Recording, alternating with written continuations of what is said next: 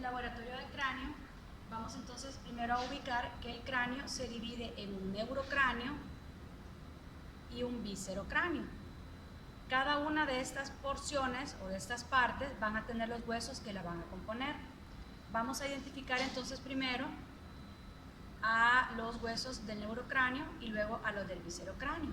Pero para esto, para poder nosotros estudiar al cráneo, se han descrito también unas caras que van a servir para poderlos ubicar mejor. Tenemos a la cara anterior, que es toda esta de acá, a la cara superior, a la cara lateral, a la cara posterior, a la cara inferior o base externa del cráneo y a la cara interna o base interna del cráneo.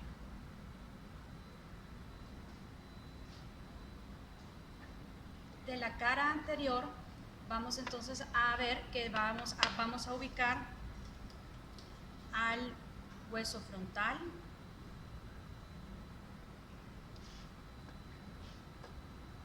al cigomático a ambos lados,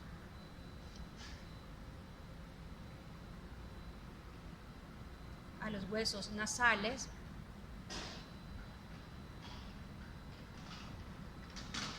al hueso maxilar, al hueso mandibular.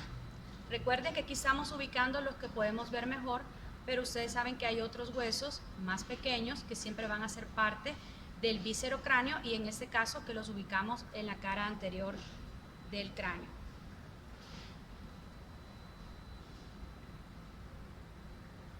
Esta es la cara lateral, que va a estar compuesta parte por el frontal, el parietal, el temporal, el esfenoides, específicamente el ala mayor del esfenoides, el arco cigomático y parte siempre del maxilar y de la mandíbula. En este caso, el hueso temporal, vamos a describir algunas de sus porciones. Vamos a describir a la porción escamosa, que es esta de acá, al proceso o apófisis mastoides, al estiloides, que se ve poco acá, lo que acá podemos ubicarlo un poco mejor, acá, a la porción timpánica,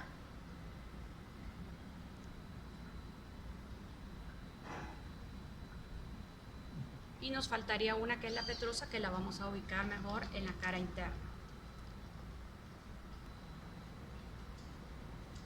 Además tenemos al arco cigomático, que va a estar conformado por la porción cigomática del hueso temporal y por la porción temporal del hueso cigomático. La mandíbula, vamos a ver que también es parte o se describe también en la cara lateral. Identifique en su atlas todas las porciones que tiene la mandíbula.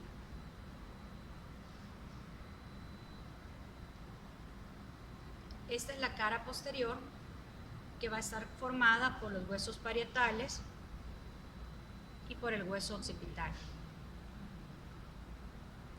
Identifiquemos a la sutura sagital y a la sutura lambdoidea. Acá.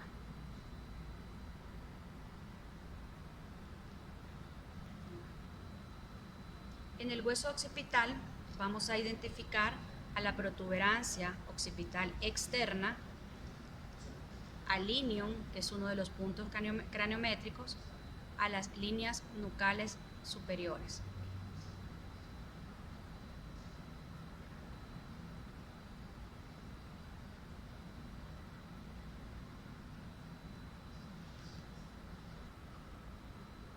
Esta es la cara superior, que va a estar formada por los huesos parietales y el hueso frontal. Vamos a identificar a la sutura coronal y de nuevo a la sutura sagital. En el cráneo fetal vamos a identificar a la fontanela anterior, es esta de acá, y a la fontanela posterior. Acá la tenemos. También observe que acá los huesos frontales son dos y van a estar separados en el feto por una sutura que es la sutura metópica.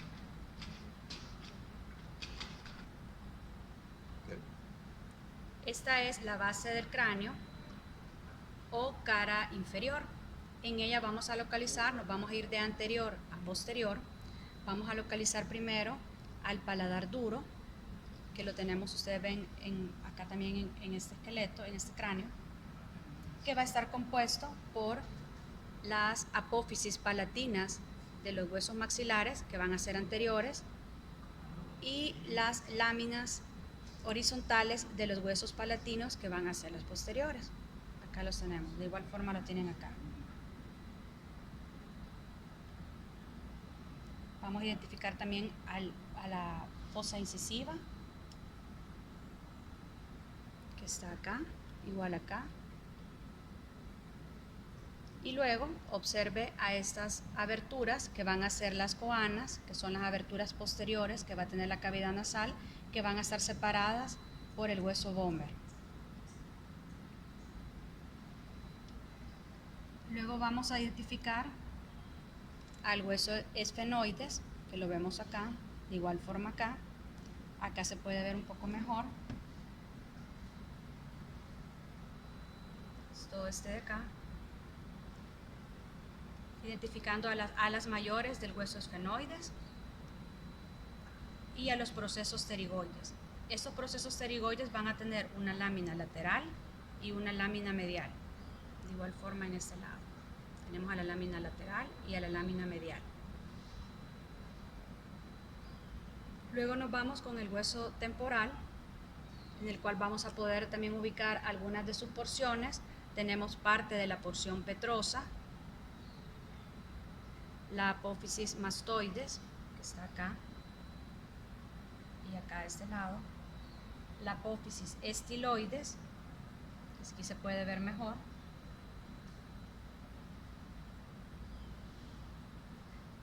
y luego vamos con el occipital. Del occipital vamos a ubicar a la porción basilar,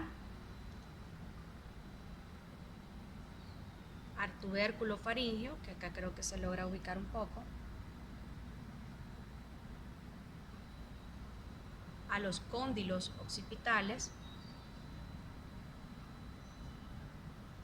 y al agujero o foramen magno.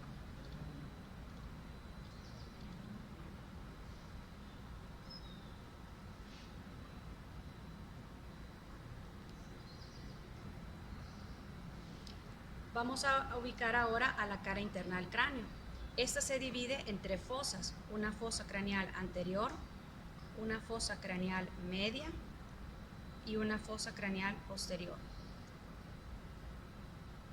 De la fosa craneal anterior, esta va a ser la más superficial de las tres, va a estar formado por el hueso frontal, por el hueso etmoides y parte del hueso esfenoides. En el hueso etmoides vamos a ubicar a la lámina cribosa, a la cresta gali, y en el esfenoides, la parte que compone a la fosa craneal anterior, serían las alas menores y parte del cuerpo del esfenoides.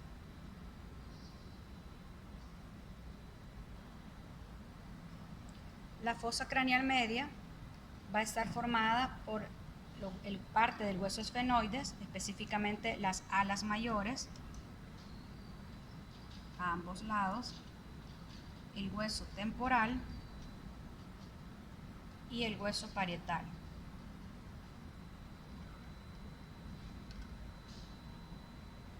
Vamos a ubicar a las crestas esfenoidales, a ambos lados, a las apófisis clinoides anteriores. Acá se ubican las apófisis clinoides posteriores, que acá no se logran ver muy bien, y entre ellas a la silla turca.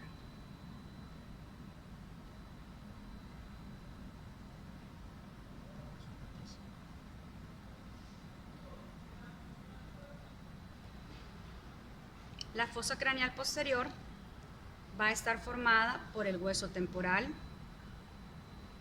el hueso parietal y el hueso occipital. Del hueso temporal es la porción petrosa la que nos va a servir de límite entre la fosa craneal media y la fosa craneal posterior. Luego vamos a ubicar al clivus, al agujero magno, a las fosas cerebelosas, a la cresta occipital interna,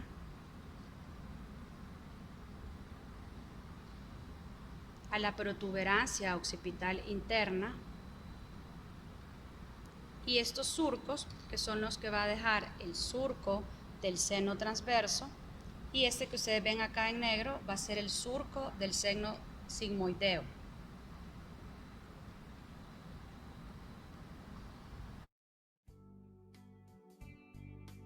En esta oportunidad vamos a ver la base del cráneo.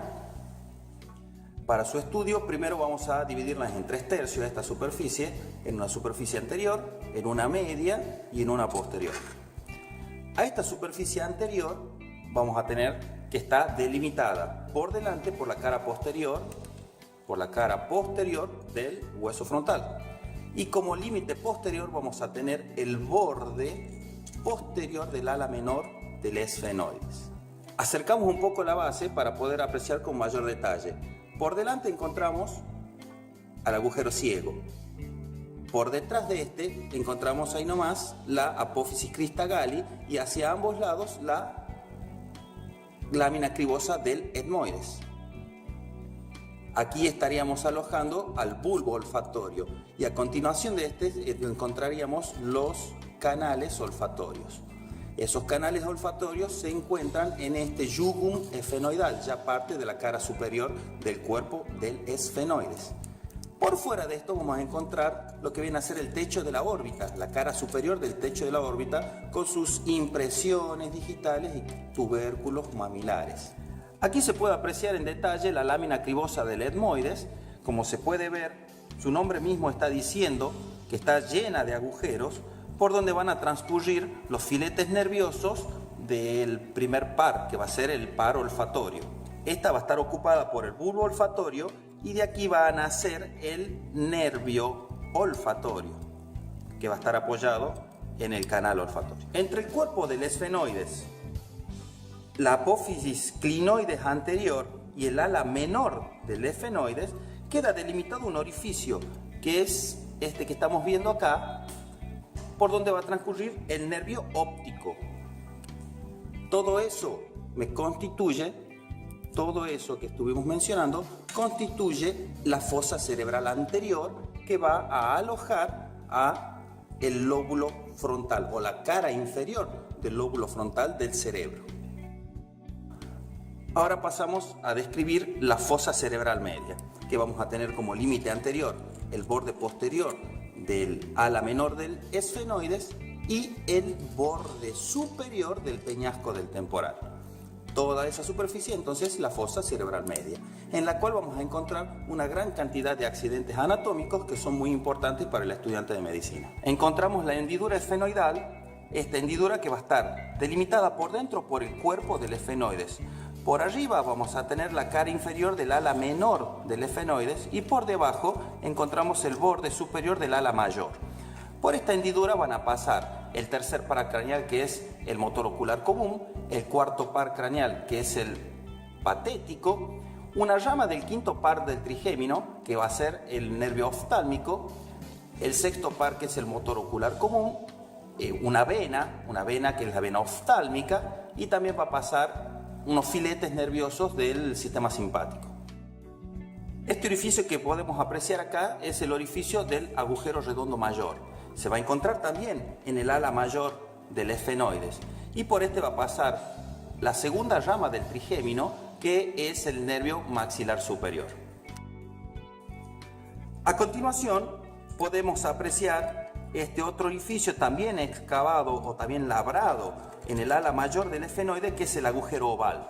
Por ese agujero oval va a transcurrir otra rama del trigémino, la tercera rama del trigémino, que es el maxilar inferior, el nervio maxilar inferior. Y por último encontramos este orificio que se llama agujero redondo menor, o también llamado agujero espinal, porque se encuentra en la apófisis espinosa del ala mayor del efenoides.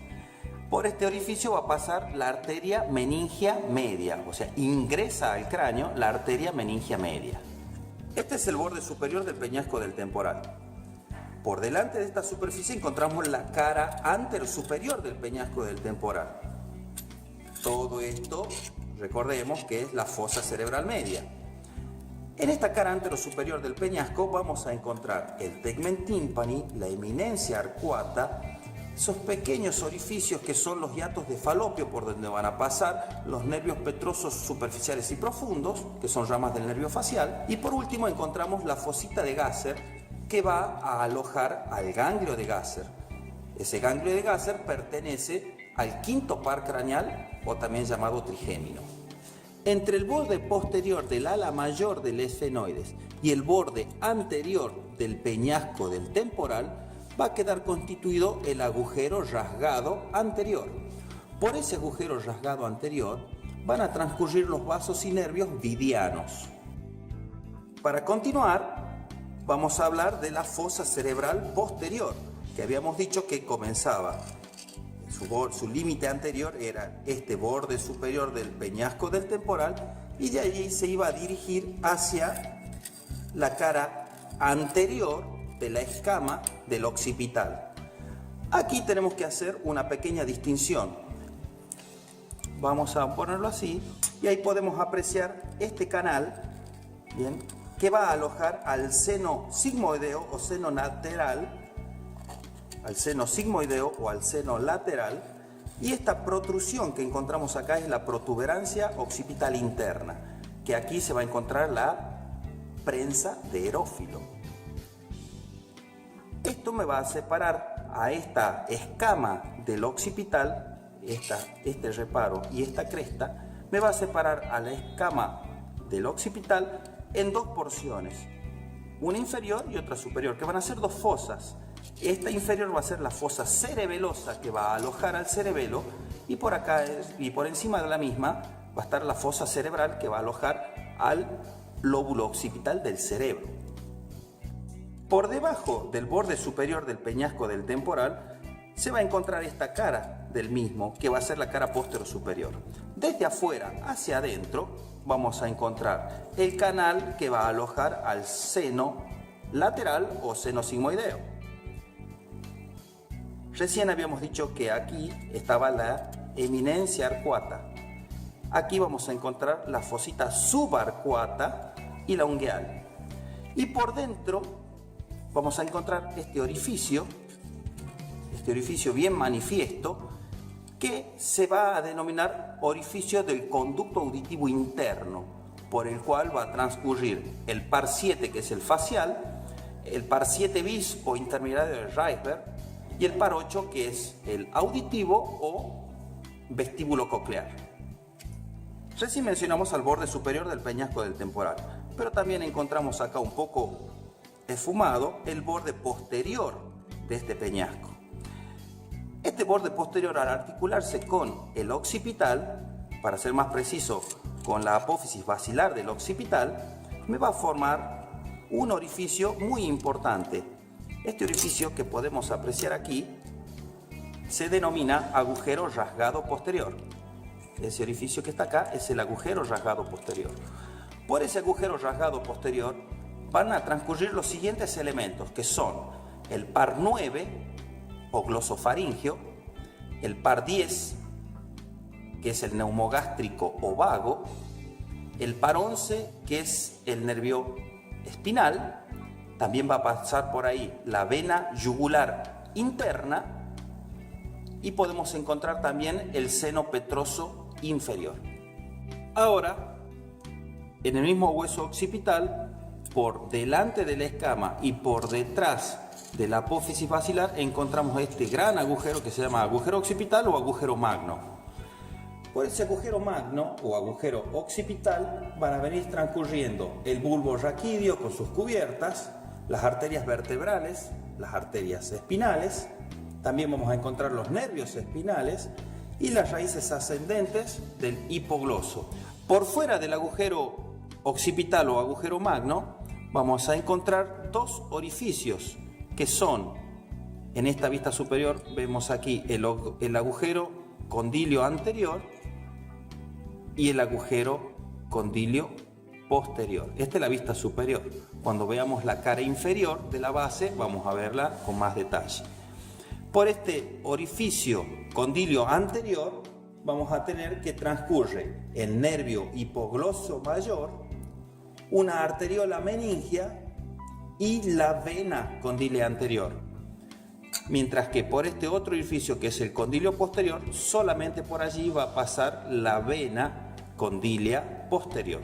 Entonces, a modo de resumen, podemos llegar a decir que la numeración de cada uno de los pares craneanos va a depender de la apariencia en los agujeros de la base del cráneo.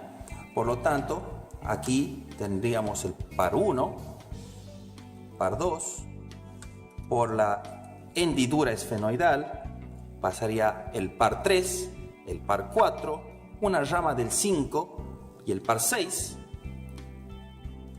Por el agujero redondo mayor va a pasar una rama del 5, la otra rama del 5 por el agujero oval.